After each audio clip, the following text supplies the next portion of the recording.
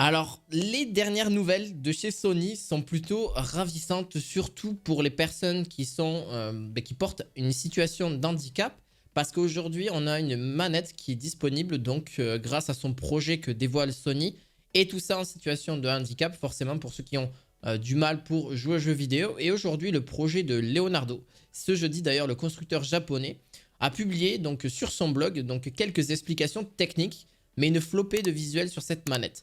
La manette ressemble en tout point à, entre guillemets, donc quelque chose de ovale avec donc de quoi un gros joystick pour guider. On retrouve un peu ces manettes là, si, pour ceux qui s'en rappellent, pour jouer à Street Fighter, pour les pros de Street Fighter par exemple. Alors elle n'est pas ovale, mais vous avez des boutons assez gros et aussi un joystick assez gros, etc.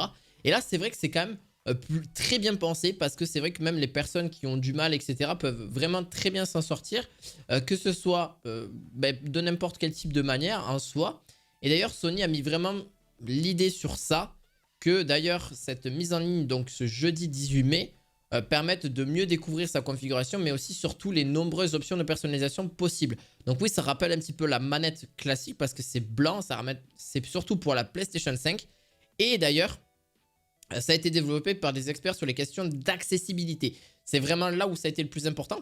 Parce que oui, il faut que ça s'adapte à un plus grand nombre de personnes qui sont sous la situation de handicap, donc pour les chaque joueur ou joueuse là-dessus. Alors oui, Sony d'ailleurs indique également que la manette profitera de plusieurs têtes de joystick d'ailleurs qui sont entièrement personnalisables là-dessus, donc un standard et un dôme ou en boule, hein, donc en fonction de ce que vous êtes à la recherche justement, de boutons de différentes tailles et de différentes formes, donc avec un convexe, un concave et plat et même large, qui peuvent être repositionnés, surtout que chaque forme de bouton peut se voir attribuer un contrôle différent, rond, triangle, carré, etc. Donc ça, on les connaissait, c'est vraiment un truc habituel.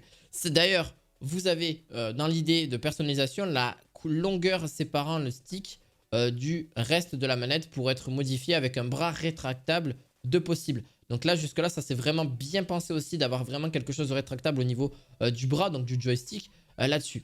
Alors oui, j'en ai pas forcément parlé, mais pardon, de pas de vis sont par ailleurs présents pour pouvoir facilement arrimer la manette à un système de fixation, donc AMP-S au niveau de celui-ci. Alors vous allez pouvoir directement, grâce à cette manette vraiment adaptative, vous allez pouvoir justement le faire directement sur le logiciel qui est proposé par Sony, directement sur la PlayStation pour pouvoir un petit peu personnaliser tout ça.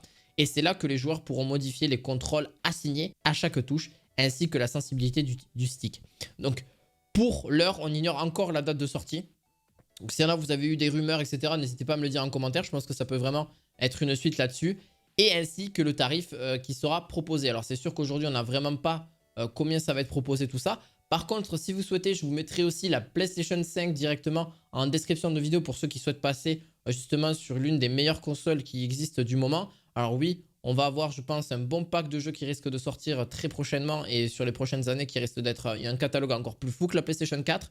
Et ça, beaucoup, d'ailleurs, me l'ont dit, mais clairement, la PlayStation 4, oui, elle a un gros catalogue de jeux, mais la PlayStation 5, encore mieux. Bref, je vous laisse débattre ça en commentaire et je vous dis à très bientôt pour d'autres vidéos high-tech. À la fois prochaine, ciao, ciao!